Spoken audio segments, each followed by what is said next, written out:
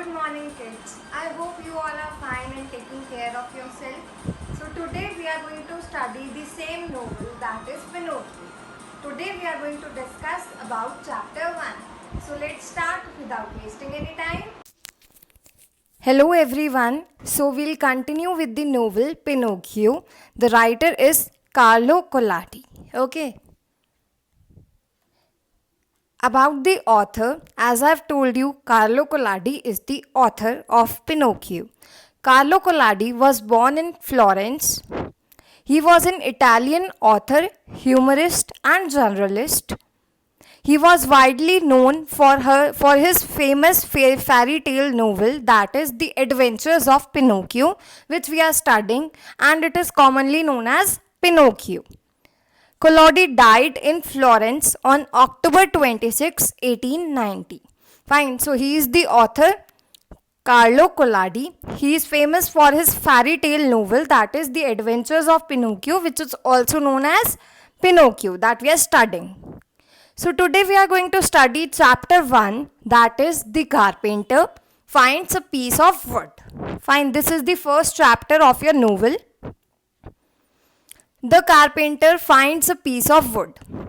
There was once upon a time a common piece of wood, such as it is used to be in fireplaces to light a fire and warm the rooms in winter. So here they are saying there is a common piece of wood, as we all know what is wood. So it is a common piece of wood that the carpenter has found out. The piece of wood happened to be in the shop of an old carpenter, Mr. Antony. But everybody called him as Mr. Cherry because the tip of his nose was always as red as cherry. So fine. So as I've told you, the carpenter, he finds the wood. The name of the carpenter is Mr. Antony, but everyone used to call him Mr. Cherry. Now why people call him Mr. Cherry? Because the tip of his nose, as you can see in the picture, is as red as a cherry. Fine. Mr. Cherry was delighted when he noticed this piece of wood. He would use it to make a leg for his little table, but just as he raised his axe for the first blow, he heard a voice say, "Don't strike me too hard." So Mr. Cherry was very happy. Delighted means very pleased, very happy when he saw the piece of wood. He thought that he is going to make the leg of his table by this wood. But as soon as he has raised his axe to make the leg of the table, a voice came, that is, "Don't strike me too hard." Voice came from the wood, "Don't strike me too hard." Mr. Cherry's arm stopped in mid-air and he looked around the room in alarm. But he saw nobody. He looked in the cupboard that was always shut. He looked into the basket of chips and sawdust. He even opened the door and looked out into the street, but no one was there. So he was shocked from where the voice came. So he looked around everywhere, but he couldn't find anyone out there. So at last he thought that he had imagined that tiny voice. He raised his axe again and down it went into the piece of wood. "Oh, you hurt me," complained the same tiny voice. So he thought that he has been mistaken. There is no such voice. So he again started up with his work. But the next time he hit, he again heard a voice, "Oh, you hurt me." So he was really confused that where the voice is coming from. Fine. So in this page we have read that there was a piece of wood that Mr. Antony had.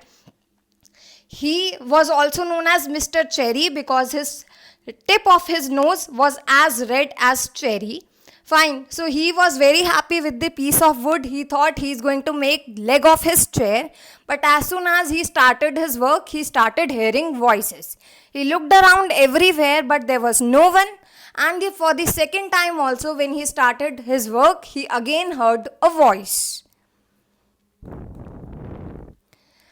This time Mr. Cherry's eyes stood out of his head and his mouth hung wide open in shock and fear.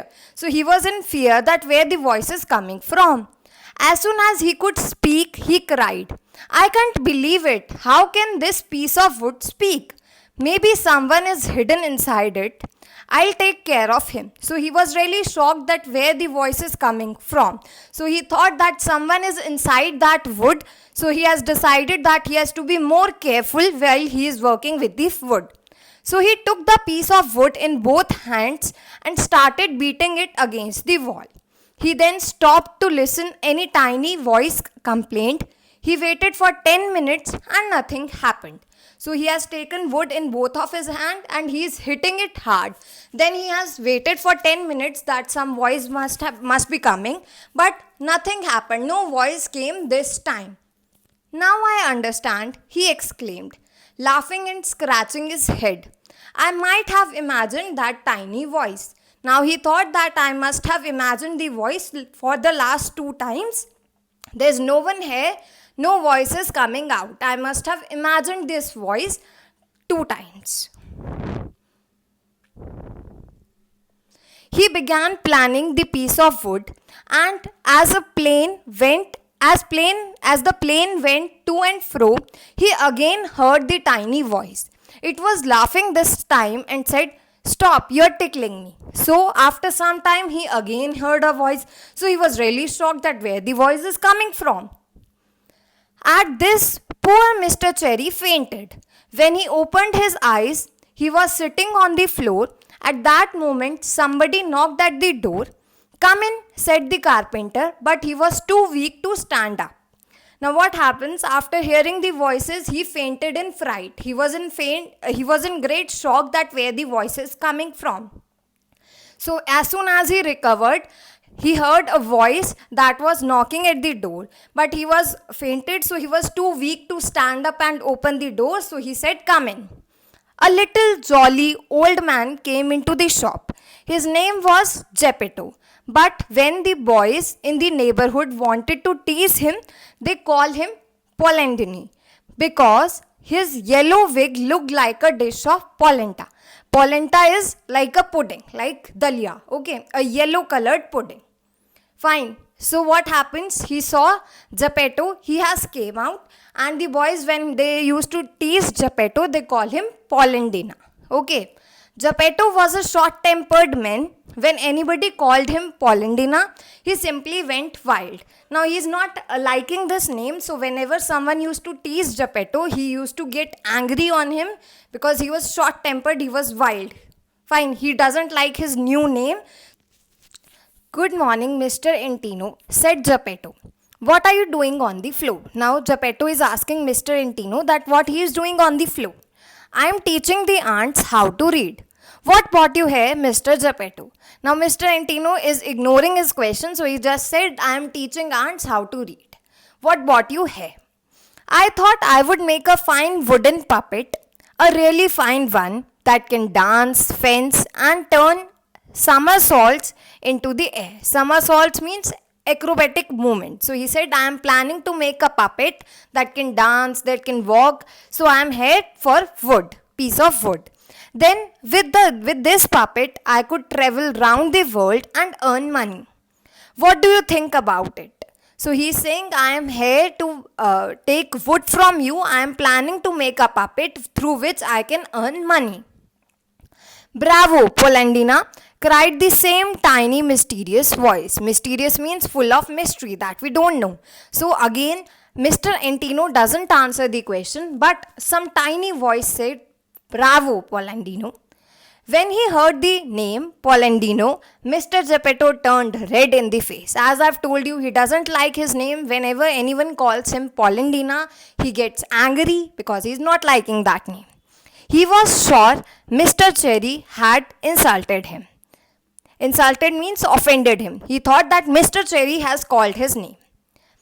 And a fierce argument broke out between the two old men. Fierce means heated argument. Argument means discussion. So they both started fighting because he has called Mr. Geppetto as Polendina. So they have started fighting.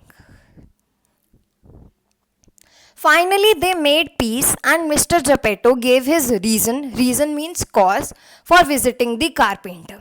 He wanted a good piece of wood from which he would make the puppet. As I've told you, he was planning to make the puppet, so he was here for the piece of wood. Mr. Entino only Mr. Antonio was too happy to give him the piece of wood which had frightened him so much. Now he thought, I'll give this piece of wood to him as it has frightened me, it is speaking. So he thought, I'll give this wood to Mr. Geppetto. Fine.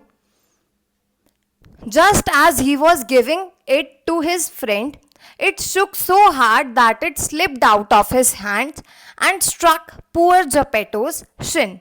Now, what happened as he was giving it, it has struck down from the hand and it had hurted Geppetto. Shin means front part of his leg below the knee. So, it has fallen down and it has hurted Geppetto. Mr. Antino, shouted Mr. Geppetto, why are you hurting me? Why are you hitting me?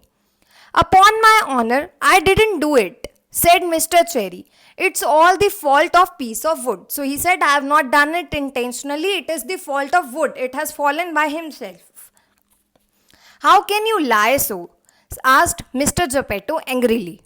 Geppetto, don't insult me. If you do, I shall call you Polendina. Now he said, don't insult me. If you'll insult me, I'll call out your names. That is Polendina. Once again, an argument took place between the two men. This time it was worse than the first one. As we know, earlier also they had a fight, but this time it was even more worst. When it was over, Mr. Antino had 2 scratches on his nose and Geppetto has lost 2 buttons from his jacket. That means they have fighted so badly that he has scratches on his nose and he has lost 2 buttons from his jacket. They considered this as being even, so they shook hands again and vowed. Vowed means promised to be good friends forever. Then Geppetto went limping home after thanking Mr. Antino for the piece of wood. Okay, so this was your chapter 1. Now this is a kind of puppet that Mr. Geppetto was planning to make. These are the answers of your classwork. First try to do it yourself and then you can check the answers from here. Thank you, class.